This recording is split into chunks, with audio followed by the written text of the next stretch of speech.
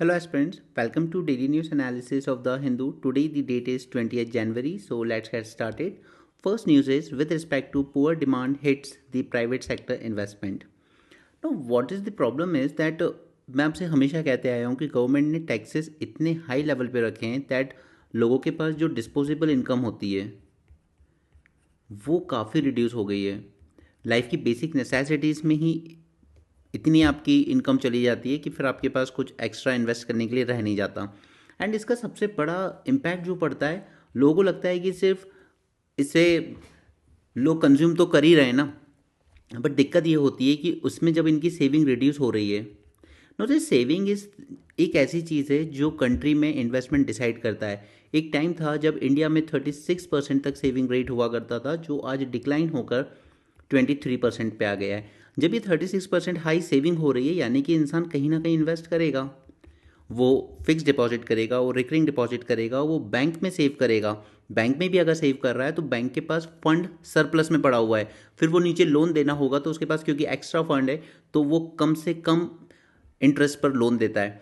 और जब इंटरेस्ट सस्ता होता है, लोन ज़्यादा लिए जाते हैं, टेक ऑफ ज़्यादा होता है मनी का, और फिर वो पैसा बिजनेसमैन अलग अलग कहीं ना कहीं इन्वेस्ट करते हैं, राइट। तो यहाँ पर गवर्नमेंट की तरफ से टैक्सेशन बहुत ज़्यादा हैवी करने की वजह से आज ओवरऑल 40 to 45% तक इंसान अपनी इनकम का टैक्स पे कर रहा है in different forms, right. Saving rate decline होता है तो उससे अल्टीमेटली इन्वेस्टमेंट डिक्लाइन होता है।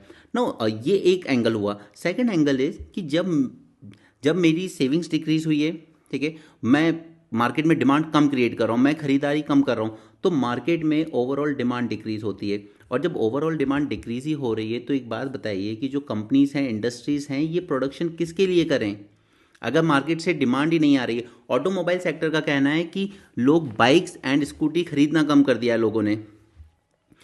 खुद बजाज ग्रुप के चेयरमैन ने कहा था कि सरकार ने इतना टैक्स लगा रखा है कि जो गाड़ी 90,000 की आनी चाहिए वो 1,65,000 तक जा रही है, सिर्फ टैक्सेशन की वजह से, वेरियस फॉर्म्स। ओके, तो प्रॉब्लम ये हो रही है कि एक तरफ तो चीज़ें महंगी भी हो रही हैं और नीचे इंसान के पास जो डिस्पोजेबल इनकम है वो डिक्रीज हो रही है। और उसी का असर दिख रहा है हमें कि प्राइवेट सेक्टर में भी इन्वेस्टमेंट और ज़्यादा कम हो गया है। ओके, इस क्वार्टर में, क्योंकि प्राइवेट सेक्टर किसके लिए इन्वेस्ट करेगा? इन्वेस्टमेंट तभी हम लोग करते हैं ना जब हमें उम्मीद होती है कि मार्केट में हमारे प्रोडक्ट के लिए डिमांड आएगी। जैसे अगर कोई एक नई कोचिंग इंस्टीट्यूट खोल रहा है तो वो इसीलिए खोलेगा जब उसको ये लग रहा है कि वैकेंसीज ज़्यादा आती हैं तो बच्चे गवर्नमेंट जॉब्स की तैयारी ज़्यादा करेंगे तो डिमांड ज़्यादा आएगी।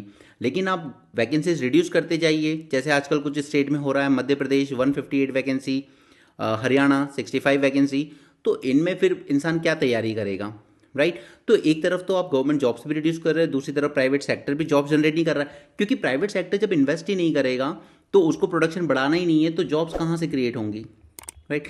इस पूरे फसाद की सिर्फ एक जड़ है, वो है दिस हैवी टैक्सेशन। और ये सब ने कहा है, बड़े बड़े businessman from Tata group to Bajaj group to Ashneer Grover, everyone said कि government should reduce the taxes. क्यों हमारे यहाँ से इतने ज़्यादा रिच लोग कंट्री छोड़ के जा रहे हैं? क्यों हमारे यहाँ के स्टार्टअप्स अपने आप को सिंगापुर, मलेशिया और दुबई में रजिस्टर करा रहे हैं? बिकॉज वहाँ पे टैक्सेशन या तो ज़ीरो है या बहुत कम है। Okay, that is the problem. और दूसरा कि हमने जीएसटी भी इतना ज़्यादा लगाया है ना, आपको डायरेक्ट और इनडायरेक्ट टैक्स में फ़र्क पता होगा। डायरेक्ट टैक्स वो फिर भी प्रोग्रेसिव होता है, उसमें इतनी दिक्कत नहीं है, but indirect tax like GST ये रिग्रेसिव होते हैं। अगर किसी चीज़ पे 18% जीएसटी है तो ये 10 लाख रुपए कमाने वाले पर भी 18% ही चढ़ेगा और 1 करोड़ कमाने वाले पर भी 18% ही लगेगा। तो ये जो इनडायरेक्ट टैक्स होते हैं ये रिग्रेसिव होते हैं, एंड इस गवर्नमेंट ने ऐसी कोई चीज़ नहीं छोड़ी जिस पर टैक्सेशन ना लगाए। बिकॉज सिर्फ आप बाइक का एग्जांपल ले लीजिए, स्कूटी का एग्जांपल ले लीजिए, these are not luxury products जिन पे आप 28% टैक्स लगाएंगे। दीज आर बेसिक प्रोडक्ट्स जो हर इंसान की लाइफ में, एक मजदूरी करने वाले इंसान को भी बाइक की ज़रूरत होती है। आपने 28% टैक्स लगाया उस पर, राइट। तो मार्केट में डिमांड कम होने की वजह से there is no new investment by the domestic private players. और आप ये जो यहाँ पर देख सकते हैं कि प्राइवेट प्लेयर जो हमारे यहाँ के हैं उनसे तो इन्वेस्टमेंट बिल्कुल नहीं आ रहा है। फिर ये फॉरेन के प्राइवेट प्लेयर्स को ऐसा कौन सा मज़ा दिख रहा है इंडियन मार्केट में जो ये इतना इन्वेस्ट कर रहे हैं?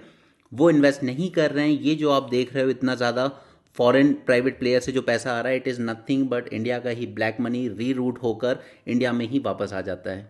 ओके, अब आप ये मत सोचिए कि आ तो रहा है ना वापस, प्रॉब्लम क्या है? प्रॉब्लम ये है कि ये जब वापस भी आता है ना तो ये सिर्फ जो रिच लोग होते हैं, जो इस फंड्स को ऑफशोर भेज रहे हैं, ठीक है। इससे हमारी इनइक्वालिटी और बढ़ती है, rich get the richer. Okay, next is increase in the input cost. अब दूसरा इनका जो कंसर्न है, जैसा मैंने आपको टेक्सटाइल के कंटेक्स्ट में समझाया था जब मैंने आपको इलेक्ट्रल बॉन्ड वाले फ्रॉड डिस्कस किए थे, उसमें कि जो कॉटन था उसमें 96% की मोनोपोली एक ही कंपनी ने बना ली और उसने रॉ मटेरियल के प्राइस ज़्यादा बढ़ा दिए। उस वजह से ओवरऑल जो टेक्सटाइल बनता है वो महंगा हो गया और जो बाहर सेल होना चाहिए इंडिया का प्रोडक्ट वो कॉम्पीट नहीं कर पाया, राइट। तो ये जो राइस हुआ है इनपुट कॉस्ट में वो भी एक रीज़न है। दूसरा, ड्रिवन बाय हाई इन्फ्लेशन। अब क्योंकि जब इनपुट कॉस्ट ही ज़्यादा लग रही है मेरी, तो मेरा जो फिनिश प्रोडक्ट आएगा वो भी कॉस्टली आएगा और फिर वो मार्केट में महंगा फील होगा। उसके अलावा कुछ जियोपॉलिटिकल अनसर्टेनिटीज़ भी इसका रीज़न रही हैं, जैसे यूएसए का मार्केट, यूरोप का मार्केट, इसमें थोड़ा सा डिक्लाइन हुआ है। उनके यहाँ भी इन्फ्लेशन एक रीज़न है, बट उसके अलावा ये जो जियोपॉलिटिकल अनसर्टेनिटीज़ हैं इनकी वजह से भी प्राइवेट सेक्टर उतना ज़्यादा इन्वेस्ट नहीं कर रहा है। और ये जो आपका सोशल मीडिया है ना, यूट्यूब वगैरह, ये इस साल इतना आप चारों तरफ देखिएगा यूट्यूब पे कोई भविष्यवाणी का किताब के नाम पे, इस साल ये हो जाएगा वो हो जाएगा एंड ऑल दोज थिंग्स दुनिया भर का रायता सोशल मीडिया ने फैला रखा है। सच होगा गलत होगा वो बात की बात है, बट इस तरह का एनवायरनमेंट क्रिएट किया जाता है कि इस साल कंट्री में बहुत ट्रबल होने हैं। जैसे ट्रंप आ रहा है तो उसका इतना हाइप क्रिएट किया जा रहा है जैसे कोई वो थर्ड वर्ल्ड वॉर करवाने आ रहा हो। Okay, it's not like that. हाँ, वो थोड़ा चेंज होगा अमेरिका के अप्रोच में, वो मैं आपसे अभी आज ही के लेक्चर में आगे बात करूंगा। States drive the growth in investment. अब यहाँ पे जो थोड़ा बहुत भी जो इन्वेस्टमेंट हो रहा है वो सिर्फ गवर्नमेंट की तरफ से हो रहा है, बट प्राइवेट सेक्टर की तरफ से कोई इन्वेस्टमेंट नहीं आ रहा है। प्राइवेट सेक्टर के इन्वेस्टमेंट का एक सिंगल पॉइंट एजेंडा होता है दैट मार्केट में डिमांड होगी तो हम इन्वेस्ट करेंगे प्रोडक्शन बढ़ाने के लिए। मार्केट में डिमांड नहीं है तो हम नहीं करेंगे इन्वेस्ट, ठीक है। चाहे सरकार प्रोडक्शन लिंक इंसेंटिव स्कीम चला ले, चाहे सरकार मेक इन इंडिया चला ले। ओके, सो गवर्नमेंट को क्या करना है, डिस्पोजेबल इनकम जो है पब्लिक की वो बढ़ानी होगी और उसके लिए टैक्सेस कम करने होंगे।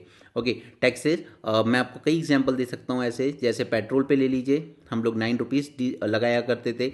डीजल पे ले लीजिए, हम 3 रुपीज़ लगाया करते थे। इसको बढ़ा के सरकार ने 27 कर दिया, इसको बढ़ा के 32 कर दिया। नाउ दिस सेज कि इस पैसे को हम जनता के विकास में तो लगा रहे हो, लेकिन जनता की तरफ से आने वाली जो डिमांड थी वो तो कम हो गई ना, क्योंकि जनता की जो इनकम है वो उस स्पीड से नहीं बढ़ी है। अब इसमें काउंटर करने के लिए जिन्हें सरकार पसंद है वो बस एक ही पॉइंट देते हैं कि पहले 10 साल पहले ज़मीन की कीमत देखिए और आज देखिए, यार ज़मीन कितने लोग बेच रहे हैं। जो भी मेजॉरिटी इस देश की जो पॉपुलेशन है वो सिर्फ एक पार्सल ऑफ लैंड परचेज करती है ज़िंदगी में अपना घर भर बनाने के लिए। कोई खरीदना बेचना हर इंसान नहीं कर रहा है। ओके, सो ये सब बेकार के लॉजिक्स हैं। एक सिंपल सा जो प्रूफ है जो खुद गवर्नमेंट का डेटा देता है वो है कि हमारे यहाँ पर जो सेविंग रेट था वो 36% से डिक्लाइन होकर 23% पे आ गया है। ओके, सो मार्केट में डिमांड नहीं होगी तो प्राइवेट सेक्टर के इन्वेस्टमेंट में भी डाउनफॉल हमें देखने को मिलेगा। एनीवे, हम लोग अगले टॉपिक पे चलते हैं। अब ये भी मतलब I don't know how to tell this, but आप लोग खुद ही देख लीजिए। आईआईटी मद्रास के डायरेक्टर हैं वी कामाकोटी, इन्होंने एक जगह पे कहा कि काउ यूरिन में, गौमूत्र में anti bacterial, anti fungal and digestive properties होती हैं which can be useful as medicine for several illness. कितना सच है कितना गलत है हमें नहीं पता, बट ऐसा कोई साइंटिफिक एविडेंस नहीं है कि इसमें कोई इस तरह की प्रॉपर्टीज़ होती हैं, ऐसा कुछ भी नहीं है scientifically proven. Okay, India to work with EU on developing modern technology.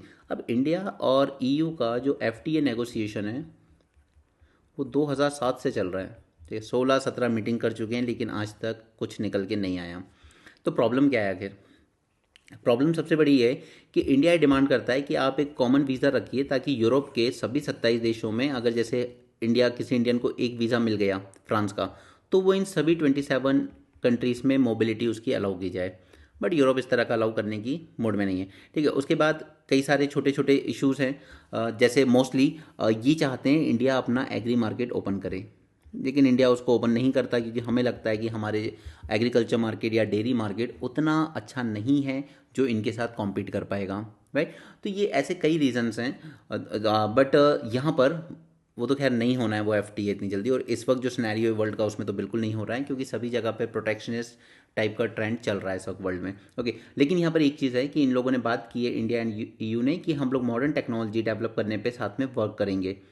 India would work together with EU for developing cutting edge technologies, securing critical raw material supply chains and build resilient supply chains. ठीक है, ये सब mostly बोल Bachchan type के हैं, लेकिन हम एक चीज़ तो जानते हैं, जब मैंने आपके साथ रेयर अर्थ एलिमेंट्स और क्रिटिकल मिनरल्स वाला मेन सेशन किया था, तब मैंने आपसे कहा था कि ये चीज़ें इंडिया अकेले नहीं कर सकता, हमारे पास वो प्रोसेसिंग टेक्नोलॉजीज नहीं है, हमारे पास उतने रिजर्व भी नहीं है। ठीक है, तो ये हमने ज्वाइन किया, क्रिटिकल मिनरल सप्लाई पार्टनरशिप भी ज्वाइन की हमने।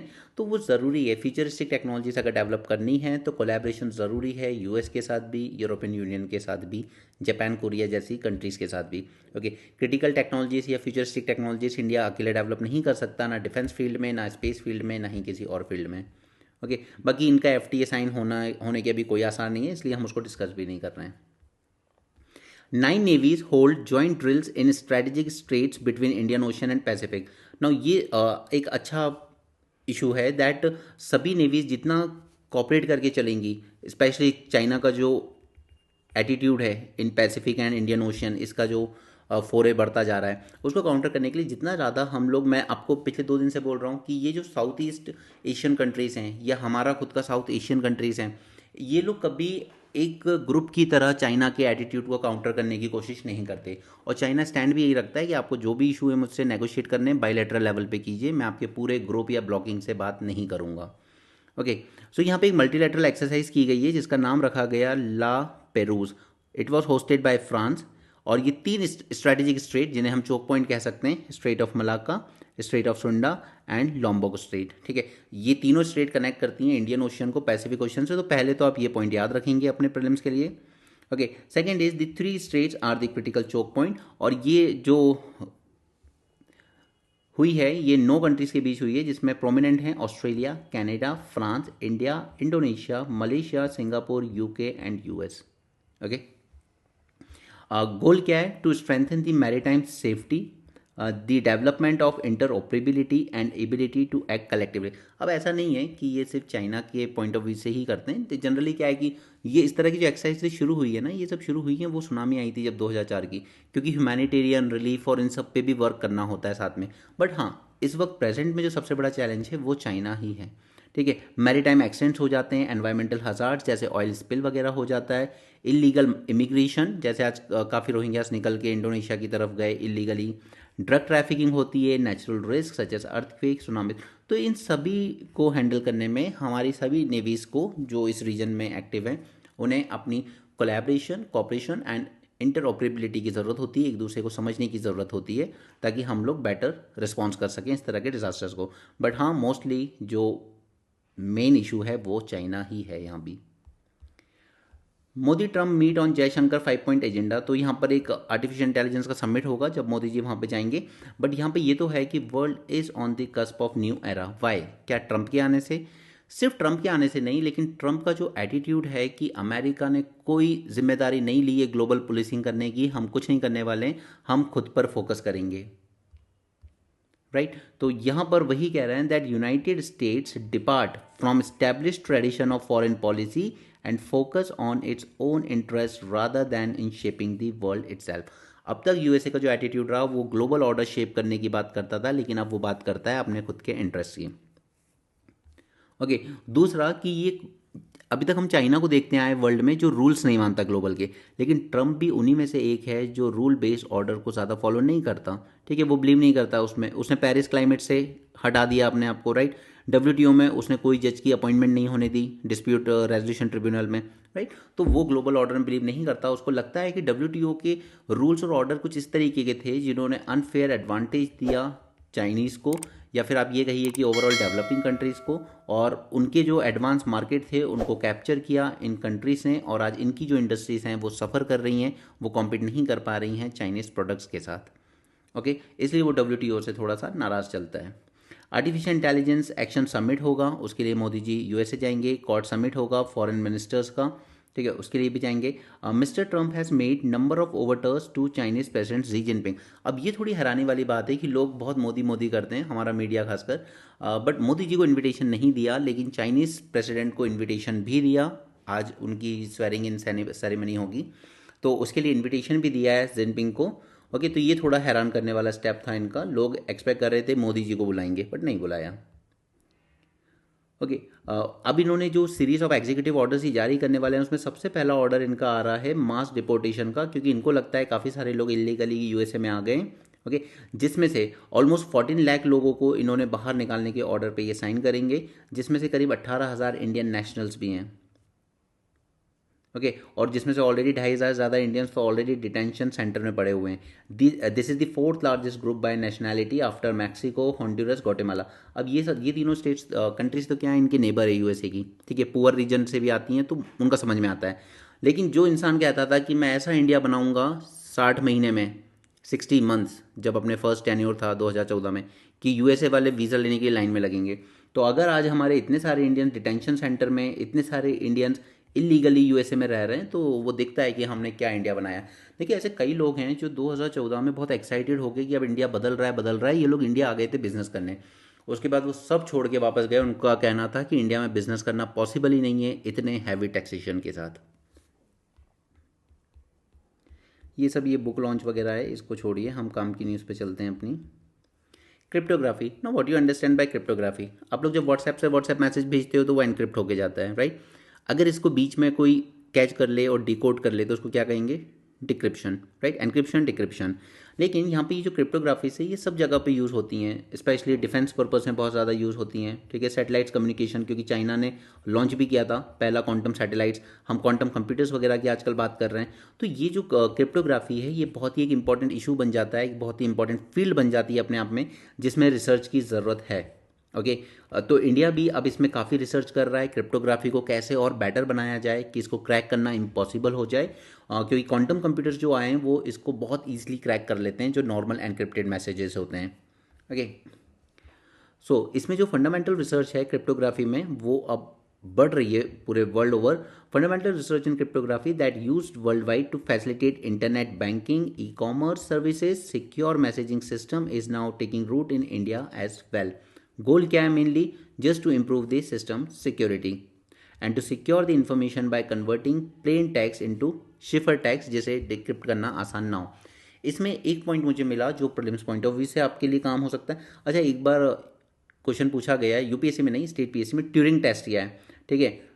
वो एआई आर्टिफिशियल इंटेलिजेंस की जो एल्गोरिदम है उन्हीं उनमें उन्हीं को टेस्ट करने के लिए यूज़ होता है ट्यूरिंग टेस्ट। तो इन्हीं को कहते हैं मिस्टर को father of modern computing, Alan Turing. Okay, याद रखिएगा।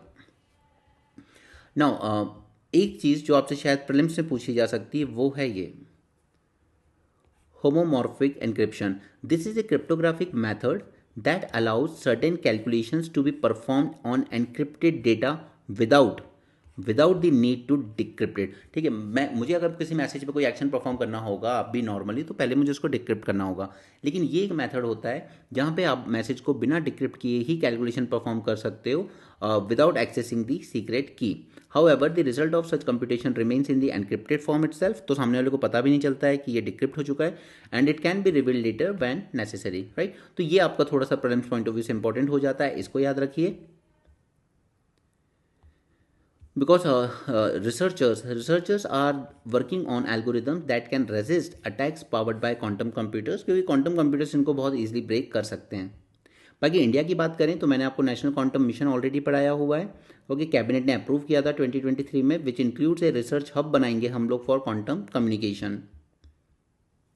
Okay, satellite based secure quantum communication system बनाएंगे, ग्राउंड स्टेशन और 2000 किलोमीटर ऊपर तक का long distance secure quantum communication with other countries, intercity quantum key distribution over 2000 kilometre and multi node quantum network. ये सारे गोल हैं हमारे नेशनल क्वांटम मिशन के। और इसरो ने भी चाइना की तरह ही कहा है कि हम लोग लॉन्च करेंगे एक satellite with ultra secure quantum communication capabilities, जो कि डिफेंस में काफ़ी यूजफुल होगी। ओके, चलिए नेक्स्ट इज अब पैलेस्टीन का क्या होगा। चलिए यहाँ पे वो तो हो गया इनकी सीज फायर डील वगैरह, लेकिन उसको 3 फेज़ में इंप्लीमेंट करने की बात की गई है। फर्स्ट फेज़ में क्या कहा गया है that Hamas will release 33 hostages and Israel will release 1000 Palestinian security prisoners. That is first phase. Second phase में there will be more exchanges of hostages and prisoners and both sides are required to announce a permanent end of the hostilities। तो ये थोड़ा negotiate होना बहुत मुश्किल है। और third phase में होगा discussions on the day after including who should be in charge of Gaza. तो फर्स्ट फेज तो चलिए ये इंप्लीमेंट कर रहे हैं, ईजी है। एक्सचेंज ही करना है सिर्फ। लेकिन सेकंड और थर्ड फेज़ ये लोग नेगोशिएट कर पाएंगे या नहीं, वो टाइम बताएगा। क्योंकि यहाँ पे जो नेतन्याहू है उसके जो सपोर्टर पार्टीज़ हैं they are extreme rightist group, और एक्सट्रीम राइटिस्ट ग्रुप का मानना है कि नहीं, हमारे जो ऑब्जेक्टिव्स थे कि हमास को हमें पूरी तरीके से डिस्ट्रॉय करना है, तो हमें वो करने से पहले कोई सीज़ फायर नहीं करना चाहिए, हमें बिल्कुल नहीं रुकना चाहिए। ओके, जब इसराइल ने लड़ाई शुरू की थी उसके दो ऑब्जेक्टिव थे। पहला, डिस्ट्रक्शन ऑफ हमास, क्या हुआ? नहीं हुआ। ठीक है। Second was release of hostages, तो वो भी नहीं हुआ। तो अल्टीमेटली ये जो दोनों ऑब्जेक्टिव थे वो नहीं अटेंड कर पाए इसराइल वाले, इसलिए उनको लगा कि ये मिलिट्री से तो नहीं होगा, तो फिर अल्टीमेटली उन्हें सीज फायर की तरफ ही आना पड़ा। Right. The Israel has degraded Hamas militant infrastructure जरूर उन्होंने हमास का काफ़ी डिस्ट्रॉय किया, जो अंडरग्राउंड टनल्स वगैरह बनाए थे इन्होंने, but the group has survived and re invented itself as an insurgency. The Hamas recruited as many fighters as it had lost during the war, तो उनकी स्ट्रेंथ में कोई कमी नहीं आई है। Now this raises serious questions about the Israel defence force military tactics in Gaza, while Hamas on the other side demands that there should be complete withdrawal of Israel from the Gaza। तो अभी तक तो Israel ने ऐसा कोई commitment नहीं दिया है कि it will withdraw from Gaza. ठीक है, अभी तक तो उसने कैप्चर करके रखा हुआ है। सॉल्यूशन क्या है इनका आखिर? ए मोर pragmatic solution is to form a united administration of all Palestinian factions under the leadership of internationally recognized Palestinian Authority। Now you know कि जो वेस्ट बैंक है उसमें कौन रूल करता है? Palestinian liberation authority. ओके, तो अब यहाँ पर इसराइल की इसकी पैलेस्टीन की जितनी भी टेरिटरीज हैं, इधर का गाज़ा या इधर का वेस्ट बैंक, ठीक है, इन सबको यूनाइट कीजिए, और जितने भी फैक्शंस हैं, हमास हो या जो भी हो, ठीक है, इन सब फैक्शंस को एक ही पॉलिटिकल ऑर्गेनाइजेशन के अंडर में लाइए, वो है पीएलए के अंडर में। ठीक है, इसी के अंडर में लेकर आइए, पैलेस्टीनियन अथॉरिटी के अंडर में, and then shift the focus towards the reconstruction of Gaza. तो अभी गाजा के रिकंस्ट्रक्शन की बात ना की जाए, पहले जितने भी फैक्शंस हैं जो पैलेस्टीन की लिबरेशन के लिए लड़ रहे हैं, इन सभी को पैलेस्टीन अथॉरिटी के अंडर में लाना चाहिए, एक अम्ब्रेला ऑर्गेनाइजेशन के अंडर में होना चाहिए, और फिर उनसे नेगोशिएशन किए जाना चाहिए कि किस तरीके से गाजा, वेस्ट बैंक, इन सबको यूनाइट करके गवर्न किया जाएगा। ओके, बट कुछ होने वाला नहीं है, आप देख लेना, ये सीज फायर थोड़े दिन में फिर ब्रेक होगा। ओके, यहाँ पे एक और इम्पॉर्टेंट आर्टिकल है, the surge in radical governments hope of democracy.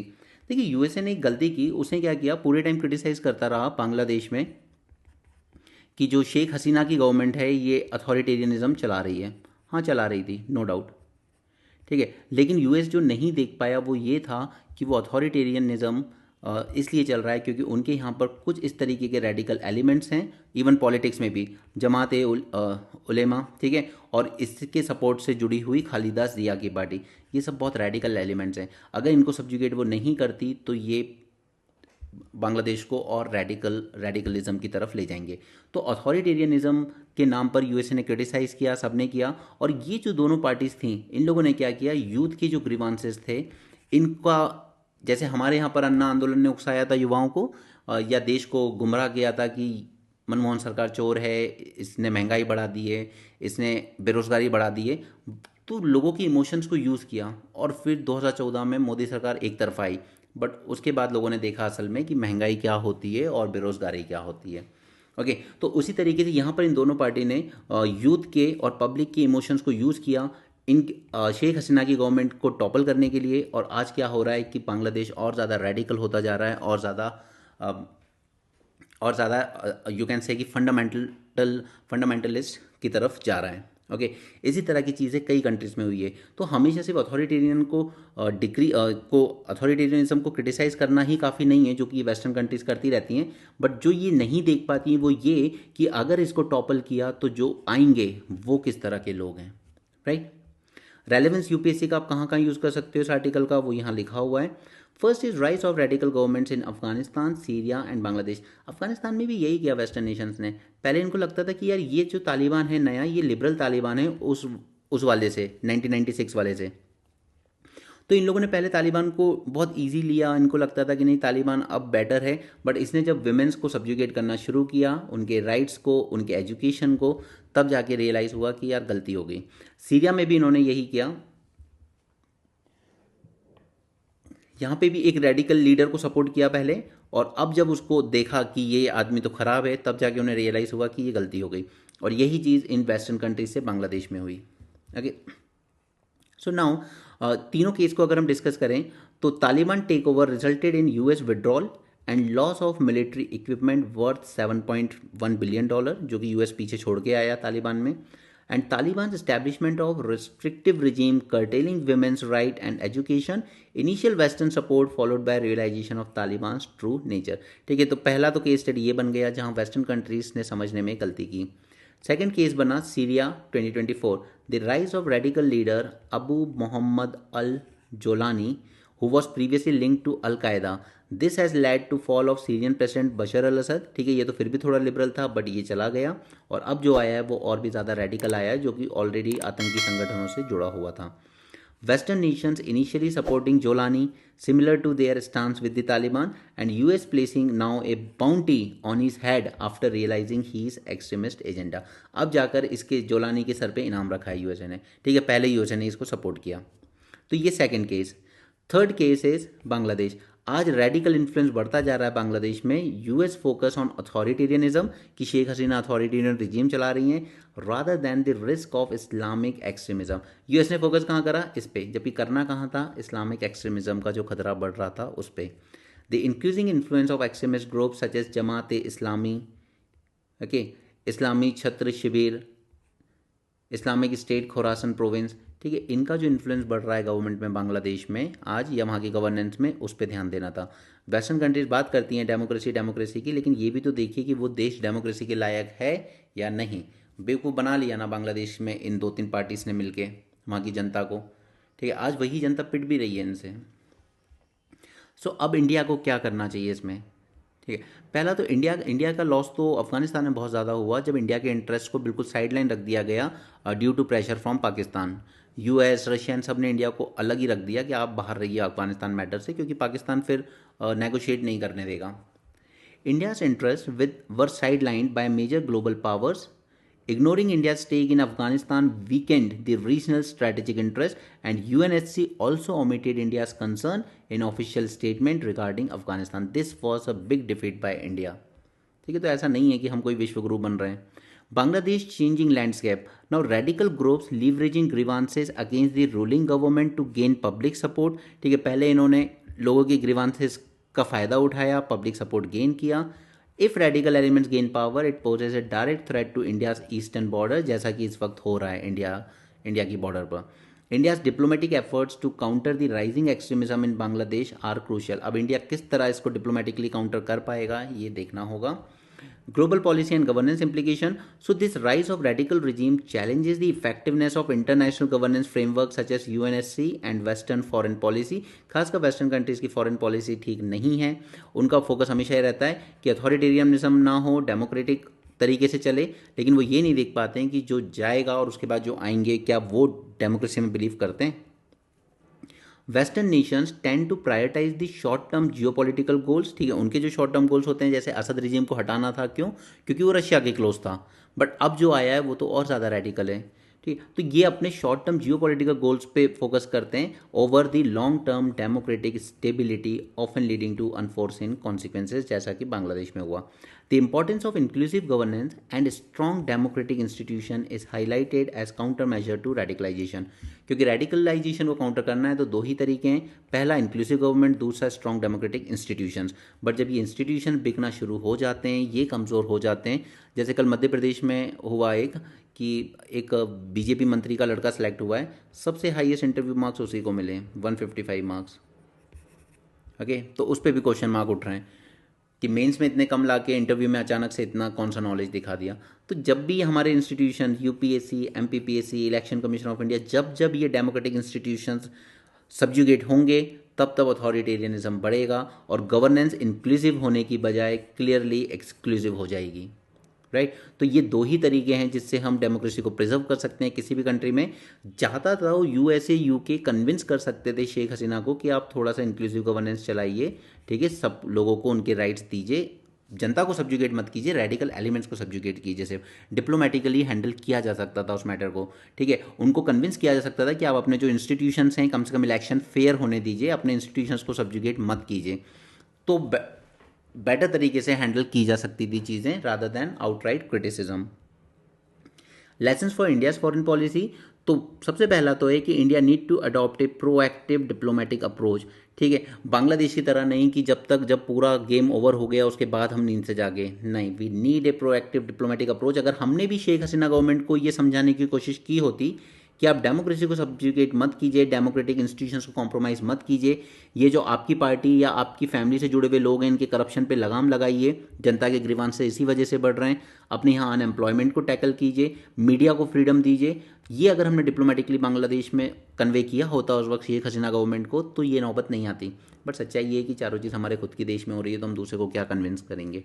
ये हमारे यहाँ भी यही प्रॉब्लम्स हैं। कब ये यूथ का ग्रीवांस बर्स्ट होके आएगा वी नेवर नो, बट कुछ नहीं कह सकते। ठीक है, कुछ भी हो सकता है कभी भी। द प्रोएक्टिव डिप्लोमेटिक अप्रोच लेने की ज़रूरत है to regional security and actively engage with the stakeholders to prevent extremism from spreading. Second is strengthening regional alliances such as BIMSTEC and SAARC that can help mitigate external threats at least. And India should focus on border security, intelligence gathering and counter radicalization effort. At least हम अपने यहाँ तो कर ही सकते हैं, जैसे हमने केरल में काफ़ी लोगों को अरेस्ट किया था उस टाइम जो इस्लामिक स्टेट की आइडियोलॉजी से रेडिकलाइज हो रहे थे। ओके, बाकी हम लोग को क्या करना है, we need to strengthen democratic institution such as election commission, क्योंकि अगर इलेक्शन फेयर नहीं होंगे तो ग्रीवांसेस बढ़ेंगे। इंक्लूसिव गवर्नेंस, अगर नेता अपने बच्चों को ही पीएससी में टॉपर बनवाने लगे तो फिर, ये सिर्फ एमपी की बात नहीं है, आप छत्तीसगढ़ पीएससी उठा के देखिए, पीएससी के चेयरमैन के परिवार से 4-5 लोग बने। ठीक है, कांग्रेस के कई नेता थे, उनके बच्चे सीधे सीधे बेटी दामाद सब, और छोटी मोटी पोस्ट नहीं, सीधे डेप्यूटी कलेक्टर एंड डीएसपी की पोस्ट लेके बैठे हैं। ओके, तो कांग्रेस हो बीजेपी हो, नेताओं को एक कल्चर चल पड़ा है, और ये सब शुरुआत हुई थी लोकसभा स्पीकर से। I am frankly telling it because मैंने सुने हैं उसके इंटरव्यू बहुत। She has no idea about the syllabus, about the various papers. She has no idea about anything. Anyway, international cooperation and intelligence sharing to combat extremist threat is essential, and India should enhance the economic as well as cultural ties with neighboring countries to counter radical narratives. But the thing is कि आप economic या cultural ties तब करोगे ना जब वहाँ थोड़ा सा पीस तो हो। ठीक है, anyway, next is insolvency resolution. अब हम लोग इंसॉल्वेंसी कोड वगैरह जब लाए थे हमने क्या कहा था कि हम 270 डेज में इसको रिजॉल्व कर लेंगे, लेकिन 270 डेज तो छोड़िए आप, आज ये 700+ डेज लग जाते हैं इसको रिजॉल्व होने में। और फिर रिजॉल्व भी होता है तो क्या रिजॉल्व होके ये आता है कि 49,500 करोड़ का लोन सिर्फ 450 करोड़ रुपीज़ दे के बैंक को बाकी का राइट ऑफ करवा लिया जाता है। तो इसे क्या हम सक्सेसफुल कहेंगे? ये सक्सेसफुल तो नहीं है कहीं से भी, अल्टीमेटली जनता ही लॉस में जाती है। अब इसका एक सबसे बड़ा रीज़न रहा है कि इसमें आपने ऐसे लोगों को बिठा दिया जिनके पास कोई एक्सपर्टीज़ ही नहीं है उस फील्ड की। एक कुछ तो आपने एडमिनिस्ट्रेटिव मेंबर बिठा दिए, कुछ जुडिशियल मेंबर। अब जुडिशियल मेंबर चलिए फिर भी अपना काम करना चाहे, जुडिशियल मेंबर के पास भी कोई एक्सपर्टीज़ नहीं है कॉर्पोरेट की, लेकिन जब ये काम भी करना चाहते हैं तो सो कॉल्ड जो एडमिनिस्ट्रेटिव मेंबर्स हैं वो इनके काम में टांग अड़ाते हैं। ठीक, तो बढ़ते बढ़ते हो ये रहा है कि बस यहाँ पे 270 दिन का हमने टारगेट तो रखा था कि हम रिजॉल्व कर देंगे, बट हम नहीं कर पा रहे हैं। तो हमारे यहाँ पे insolvency and bankruptcy code can be truly called as a failure. तो इसे रिस्ट्रक्चर करने की हमें काफ़ी ज़्यादा ज़रूरत है। राइट, हम लोग कब लेकर आए? 2016 में लैंडमार्क रिफॉर्म माना गया कि it will address the insolvency resolution in structured and time bound manner, क्योंकि पहले हमारे यहाँ 4-5-6 साल लग जाते थे किसी इशू को रिजॉल्व करने में। It was introduced to improve India's standing in business world by bringing the defaulters to the book and ensuring faster resolution of corporate insolvency. ठीक है, लोग घोषित कर देते हैं अपना वो कि मैं दिवालिया हो जाऊँगा, मेरे पास नहीं है, मैं नहीं चुका सकता लोन। तो फिर ऐसे को किस तरीके से उससे पैसा लिया जाए उसके लिए हम लोग लेकर आए। ठीक है, हमारे पास NCLT था, हमने उसकी appellate tribunal that is and CLAT भी बना लिया। तो ये काम करते हैं यहाँ पे सारा इंसॉल्वेंसी का। बट ये जो इंस्टीट्यूशन है इनमें अपने कुछ चैलेंजेस चल रहे हैं, जिसमें 3 प्रोमिनेंट चैलेंजेस है। फर्स्ट है टेम्पोरल डिसजंक्शन, यानी कि there is a mismatch between the current economic realities and tribunals outdated structure. Structure आपने बनाया 2016 में, आज हमें 2025 में। आज जो मार्केट की रियलिटीज़ हैं, जो कॉर्पोरेट की रियलिटीज़ हैं, उनकी जेन्युइन ग्रीवांसेस हैं, तो कहीं पे कोई मिसयूज़ कर रहा है उस चीज़ को, जैसे अंबानी ने किया। ठीक है, तो उसमें टोटल मिसमैच है between the realities and the इसका जो स्ट्रक्चर है जो कि आउटडेटेड है। Second is system is overburden, there is high volume of corporate cases under the IBC and companies act. अब इतना हाई वॉल्यूम होता है कि ये पेंडिंग ही पड़े रहते हैं कई साल। ऑपरेशनल इनएफिशिएंसीज, तो यहाँ पे NCLT benches do not function to their full working hours causing further delays. Right, these 3 are the challenges. Second is delay and inefficiency, इसमें इसका एग्जांपल आप, और ये फैक्ट आपको याद रखना भी पड़ेगा, एग्जाम में लिखना भी पड़ेगा अगर आप जस्टिफाई करना चाहते हैं कि ये क्यों फेल रहा है। तो यहाँ पे एवरेज रेजोल्यूशन टाइम देखिए, रखा था हमने 270 डेज़ का, और ये उल्टा 22-23 में 654 डेज़ था, जो कि और बढ़ के 716 डेज़ हो गया, exceeding the prescribed time limit. Even supreme court का भी यही कहना था कि it should adhere to its timeline and calling for a better institutional efficiency, और इसके लिए हमें इसके स्ट्रक्चर में कुछ चेंजेस करने होंगे। अब यहाँ पे ज़रूरत है सबसे पहले डोमेन एक्सपर्टीज़ की। The lack of specialised knowledge among NCLT members, this result in inefficiency in handling the complex insolvency cases. ठीक है, तो फर्स्ट थिंग इज कि हमें एक्सपर्टीज़ वाले लोग लाने होंगे यहाँ। Second is bureaucratic and procedural hurdles हैं, that is there is absence of effective system of urgent hearing. 2-3 साल तक तो वो केस बर्डन में दबा पड़ा है, ठीक है, उसकी हियरिंग आई नहीं रही है, तो उसके लिए हमें एक इफेक्टिव सिस्टम चाहिए कि जो केसेस जल्दी रिजॉल्व हो सकते हैं उनको पहले पिक कीजिए। Registry staff are often unresponsive to specific case matters, increasing interference from the non judicial member. एक तरफ जुडिशियल मेंबर है, दूसरी तरफ नॉन जुडिशियल, तो ये जो नॉन जुडिशियल मेंबर है इनका ज़्यादा इंटरफेरेंस रहता है, and this dilute the core objective of IBC framework. ठीक है, अब आईबीसी में आने से पहले क्या आप लोग खुद से रिजॉल्व करने की कोशिश करते हो? फॉरेन कंट्रीज में बहुत ज़्यादा होता है कि हम लोग आपस में कुछ रिजॉल्व कर लें, लेकिन हम लोग बहुत कम इसका यूज़ करते हैं। हम लोग का ये एटीट्यूड ही ऐसा रहता है कि जाओ वहाँ जाओ आईबीसी में, लटकर आएगा 2-3 साल, हम नहीं कर रहे कोई सेटलमेंट, हम नहीं दे रहे आपका loan. Okay, so the procedural framework mandates hearing of all applications including progress report adding to delays. अब यहाँ पे क्या है कि अगर उस पर क्या प्रोग्रेस हुई है, प्रोग्रेस लेने के लिए बार बार हियरिंग होती है, तो उससे हर स्टेज पे अगर आप प्रोग्रेस सीधे आप देखिए ना कि कब वो काम कंप्लीट हो रहा है, ठीक है, और जब वो हो जाए तब ले आइए कोर्ट में। लेकिन आप हर बार बार हियरिंग कर रहे हो कि बताइए कितनी प्रोग्रेस हुई, कितनी प्रोग्रेस हुई, तो उससे वो और डिले हो जाता है। There is lack of adoption of alternate settlement mechanism and this worsen the problem. कम से कम कुछ तो एडीआर से सॉल्व करने की कोशिश कीजिए, because other countries leverage out of court settlement effectively, which India should consider adopting. Suggestion reform में 4 सजेशन आप दे सकते हैं। फर्स्ट इज हमें हाइब्रिड मॉडल अपनाना होगा, that is we need to combine judicial experience with domain expertise. Second is specialised benches बनानी होंगी, क्योंकि अलग अलग इंडस्ट्री, अलग अलग सेक्टर के लोगों के अलग अलग ग्रीवांसेस होते हैं, तो यहाँ पे we need to have a dedicated benches for different type of insolvency cases to enhance their efficiency. Mandatory mediation, prior mediation करने की कोशिश करनी चाहिए इंसॉल्वेंसी एप्लीकेशन से पहले, ताकि वर्कलोड कम हो सके एनसीएलटी का। एंड इंफ्रास्ट्रक्चर इंप्रूव करने की जरूरत है, जैसे registry, the need for adequate court rooms and train support staff. तो ये 4 सजेशन, और ऊपर जो हमने 3 ग्रीवांसेस देखे और प्लस ये 2, ठीक है, ये आपके नोट्स में आप इंक्लूड करेंगे। सिग्निफिकेंस फॉर इकोनॉमिक ग्रोथ, क्योंकि ज़रूरी है, अगर इंसॉल्वेंसी रेजोल्यूशन आपका अच्छा नहीं है तो फिर लोग आपके यहाँ बिजनेस करना पसंद नहीं करेंगे। ओके, अगर हम इसको और एफिशिएंट बना लेते हैं तो it will help us in economic rejuvenation and ease of doing business, attracting foreign investment and resolving corporate distress effectively. But कुछ लोग डेलिबरेटली ही रिजॉल्व नहीं करना चाहते।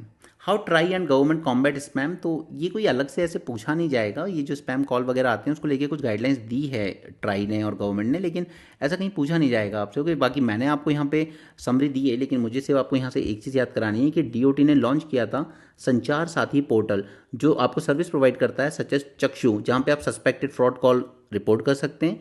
The collaboration with telecom operators and law enforcement to block the suspicious number and monitoring international traffic to detect the suspicious activity.